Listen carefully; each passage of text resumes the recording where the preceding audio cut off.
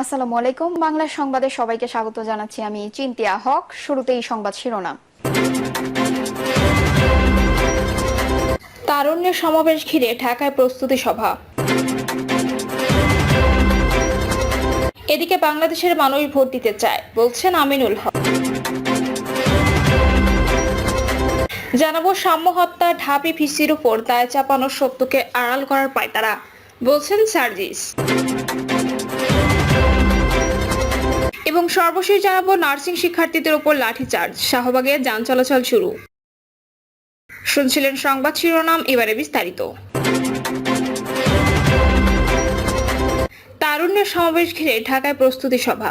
আগামী 28শে মে ঢাকায় বিভাগীয় তারুণ্যের সমাবেশ করবে বিএনপির 3 সংগঠন, জাতীয়তাবাদী যুবদল, স্বেচ্ছাসেবক দল ও ছাত্র দল। এ লক্ষ্যে বুধবার রাজধানীর নয়াপল্টনে প্রস্তুতি সভা করেছে ঢাকা মহানগর দক্ষিণ বিএনপি ও অঙ্গ সংগঠনগুলো। এতে বিএনপি, যুবদল, স্বেচ্ছাসেবক দল ও ছাত্র দলের প্রায় 1.5 থেকে 2 শতাধিক নেতাকর্মী অংশ নেন। তারুণ্যের রাজনৈতিক অধিকার প্রতিষ্ঠা সমাবেশ সফল করতে ব্যাপক প্রস্তুতির কথা জানিয়েছেন নেতারা।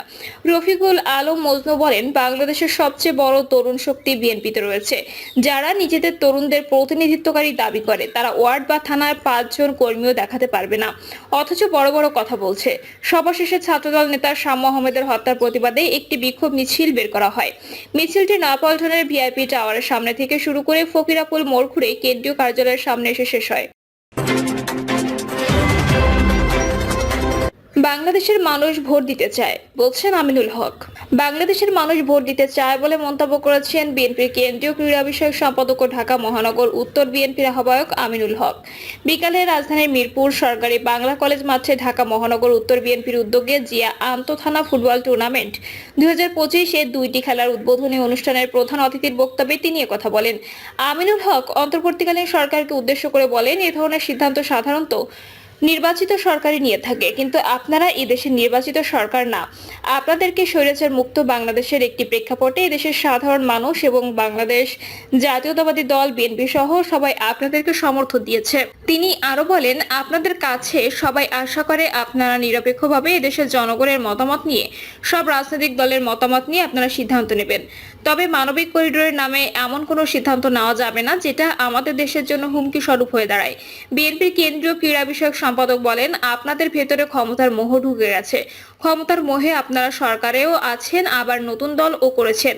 দুই দিকে আপনারা সুবিধা নিচ্ছেন। একটি নির্বাচিত সরকার ছাড়া রাষ্ট্র যে সঠিকভাবে পরিচালনা হয় না, তার প্রমাণ আমরা গত 9 মাসে দেখেছি। উল্লেখ করে আমিনুল হক বলেন, বর্তমানে দেশে আইন শৃঙ্খলা দিন দিন অবনতি করছে। অর্থনীতির অবস্থা ভালো না, সে কারণে জনগণের সমর্থন ছাড়া কোনো রাষ্ট্র পরিচালনা করতে পারে না। আমরা সংস্কার চাই, সংস্কারের বিপক্ষে নই, কিন্তু বিভিন্ন সময় বিভিন্ন অজুহাতে নির্বাচনকে পেছানোর অপচেষ্টা চলছে। এটা এদেশের মানুষ কখনোই মেনে নেবে না। বাংলাদেশের মানুষ ভোট দিতে চায় উল্লেখ করে বিএনপির এই কেন্দ্রীয় নেতা বলেন, এদেশের মানুষ গত 17 বছর যে আন্দোলন করেছে, সংগ্রাম করেছে, সেই সংগ্রামের মূল উদ্দেশ্য বাংলাদেশে পরিপূর্ণ গণতন্ত্র প্রতিষ্ঠা করা, বাংলাদেশকে গণতান্ত্রিক রাষ্ট্রে পরিণত করা। সেই জায়গা থেকে বাংলাদেশের মানুষ গত 15 বছর ভোট দিতে পারে নাই। অবৈধ স্বৈরাচার সরকার, তারা তখন নিজের মতো করে ক্ষমতায় বসেছিল। সরকারকে আমিনুল হক বলেন, আমরা দৃঢ়ভাবে বলতে চাই, বাংলাদেশের মানুষ ভোট দিতে চায়। একটি অবাধ সুষ্ঠু নির্বাচনের মাধ্যমে দেশে জনগণের সরকার প্রতিষ্ঠা করেন। দেশের জনগণ কি চায়, জনগণের মতামত নিন। বাংলাদেশের সব রাজনৈতিক দল কি চায়, তাদের মতামত নিয়ে আপনারা দ্রুত সময়ের ভেতরে আগামী ডিসেম্বরের মধ্যে একটি অবাধ ও সুষ্ঠু নির্বাচনের আয়োজন করেন। সাম্য হত্যা, ঢাবি ভিসির উপর দায় চাপানো সত্যকে আড়াল করার পায়তারা, বলছেন সার্জিস। সোহরাওয়ার্দী উদ্যানের সাম্য হত্যাকাণ্ডে ঢাকা বিশ্ববিদ্যালয়ের ভিসি এবং প্রক্টর স্যারের সঙ্গে অসভ্য আচরণের ক্ষোভ প্রকাশ করেছেন জাতীয় নাগরিক পার্টির উত্তরাঞ্চলের মুখ্য সংগঠক সার্জিস আলম। সার্জিস আলম বলেন, আমাদের ভাই সাম্য হত্যাকাণ্ডের ঘটনার পর ঢাকা বিশ্ববিদ্যালয়ের ভিসি এবং প্রক্টর স্যারের সঙ্গে যে আচরণ করা হয়েছে এবং তাদের উপরে দায় চাপানোর যে চেষ্টা করা হয়েছে, সেটা স্রেফ অপচেষ্টা এবং সত্যকে আড়াল করার পায়তারা। তিনি বলেন, প্রথমত ঘটনা ঘটেছে সোহরাওয়ার্দী উদ্যানের মুক্তমঞ্চের পাশে। সোহরাওয়ার্দী উদ্যানের শৃঙ্খলার দায়িত্ব থাকা ঢাকা বিশ্ববিদ্যালয় প্রশাসনের না। দ্বিতীয়ত, এই উদ্যানে মাদক সেবন, হেনস্থা, চাঁদাবাজি সহ যাবতীয় অপকর্ম বিশ্ববিদ্যালয় প্রশাসন নয়, বরং ক্ষমতার কাছাকাছি থাকা কিংবা প্রভাব খাটানো বিভিন্ন সংগঠন এবং তাদের ছত্রছায়ায় থাকা বিভিন্ন সিন্ডিকেট করে থাকে। তিনি আরো বলেন, উদ্যানের গেট এবং উদ্যানের ভেতরের অংশে ভাসমান দোকান দিয়ে বস্তি বানানো, মন্দিরের গেটের আশপাশে এবং পুরো ক্যাম্পাসে শতাধিক ভাসমান দোকান ক্যাম্পাসের পরিবেশ নষ্টের অন্যতম কারণ। এই দোকানগুলো বিশ্ববিদ্যালয় প্রশাসন বসায়নি, বরং ক্ষমতার কাছাকাছি থাকা কোনো না কোনো সংগঠনের কিছু চাঁদাবাজ নেতাকর্মীরা বসিয়েছে। তারা এর ভাগ নেয় এবং প্রোটেকশন দেয়। সার্জিস বলেন, এখানে আইন শৃঙ্খলা রক্ষাকারী বাহিনীর অনেক সিন্ডিকেটের সঙ্গে হাত মিলিয়ে এসব অপকর্মে প্রশ্রয় দেয় এবং নিজের ভাগ বুঝে নেয়। কেউ ভালো উদ্দেশ্যে কাজ করতে চাইলে তাকে ক্ষমতার কাছাকাছি থাকা বিভিন্ন নেতাকর্মীর দ্বারা বিব্রতকর পরিস্থিতিতে পড়তে হয়।